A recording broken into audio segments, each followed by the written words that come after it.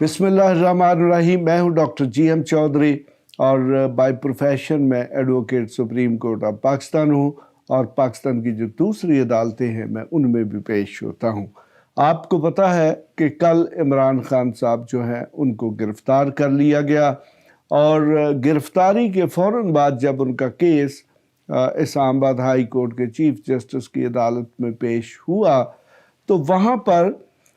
उन्होंने अगरचे तौहीन अदालत और फिर अदालत के अहाता के अंदर जो तोड़ फोड़ हुई उसके मतलब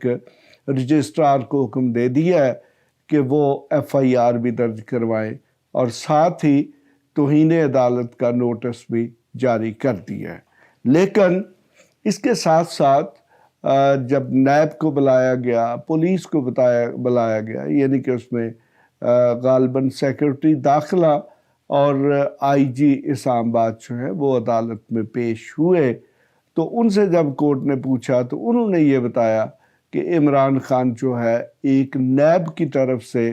अलकादर ट्रस्ट केस है, उसमें एक वारंट इशू है और इमरान खान साहब मुसलसल चूँकि नैब के सामने पेश नहीं हो रहे थे तो आज रेंजर्स की मदद से जो है वो उस वारंट को एग्जीक्यूट किया गया है और इमरान खान को गिरफ्तार कर लिया गया है। तो उस तमाम रिकॉर्ड को देखने के बाद इस्लामाबाद हाई कोर्ट ने ये ऑब्जर्वेशन दी कि इमरान खान साहब को जो गिरफ्तार किया गया वो बिल्कुल कानूनी है, लेकिन उसके साथ साथ कोर्ट ने तौहीन अदालत का नोटिस इशू किया और रजिस्ट्रार को ये भी कहा कि वो FIR दर्ज करवाएं ताकि जिन लोगों ने अदालत के अंदर तोड़ फोड़ की है, यानी कि अदालत के प्रेमिसेस में जैसा कि वो आइडेंटिटी ब्रांच में तोड़ फोड़ की, उसके शीशे तोड़े या कुछ वकला ज़ख्मी हुए तो उनके ख़िलाफ़ कार्रवाई करने के लिए FIR के अंदराज के मुतल्लिक़ भी कहा गया है।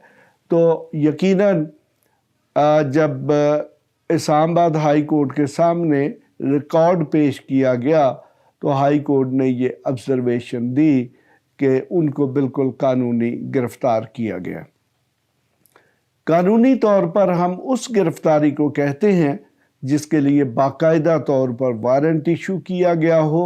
या फिर उसमें कॉग्निजेबल ऑफेंस यानी कि काबिल दस्तंदाजी पुलिस जुर्म हो जिसमें पुलिस बगैर वारंट के भी गिरफ्तार कर सकती है। लेकिन बहरहाल जो तरीक़ाकार इख्तियार किया गया है ये बिल्कुल अनयूजुअल है, ये नहीं है। हमारे पास बहुत सारे ऐसे अदालती प्रेसिडेंट्स यानी कि अदालती नज़ायर मौजूद हैं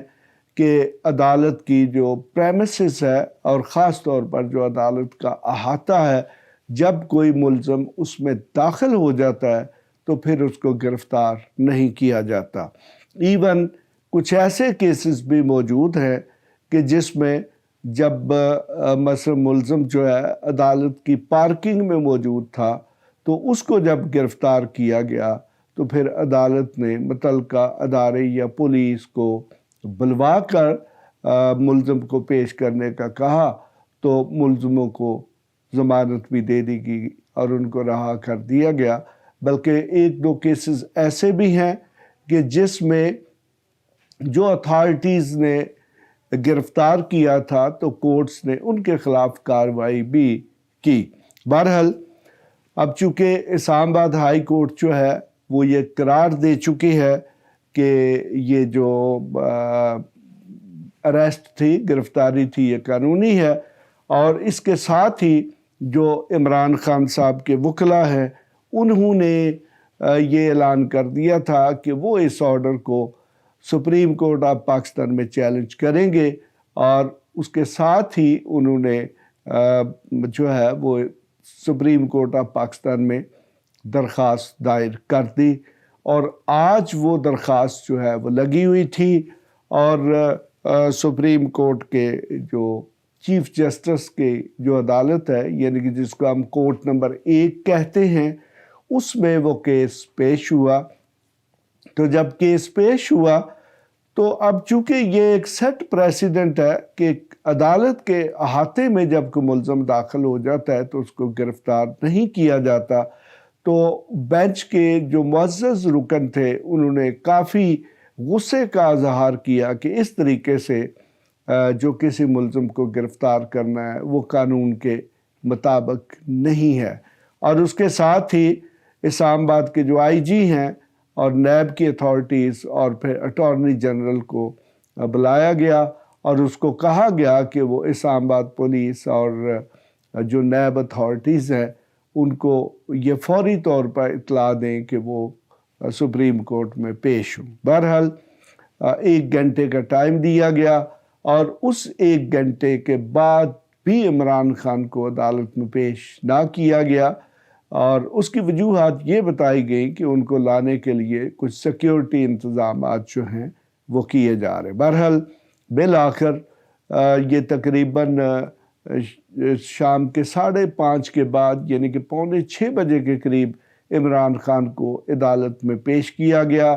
عدالت نے ان سے مختلف قسم کے سوالات کیے اور ان میں یہ بھی تھا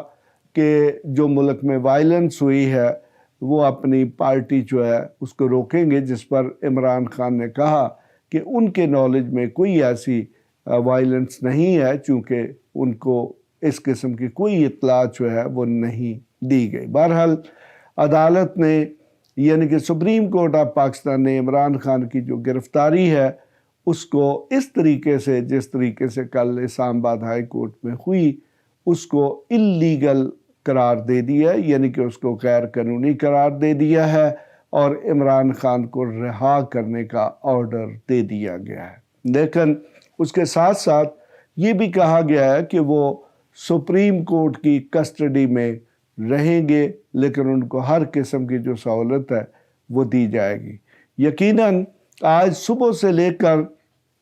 پی ڈی ایم کے جو مختلف قسم کے عہدیدار اور وزراء ہیں وہ بڑا سخت قسم کا ری ایکشن دے رہے تھے، کیونکہ ان کو یہ اندازہ تھا کہ شاید عمران خان کو رہا کر دیا جائے گا۔ تو جناب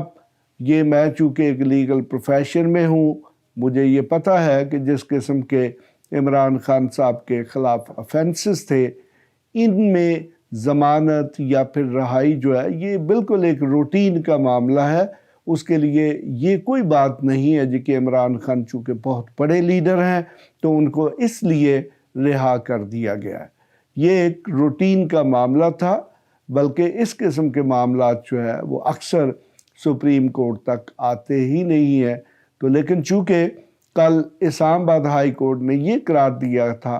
کہ عمران خان کی جو گرفتاری ہے وہ قانونی ہے لیکن اس کا طریقہ کار غلط ہے، تو اس آرڈر کو سپریم کورٹ آف پاکستان میں چیلنج کیا گیا تھا۔ لیکن بہرحال سپریم کورٹ آف پاکستان نے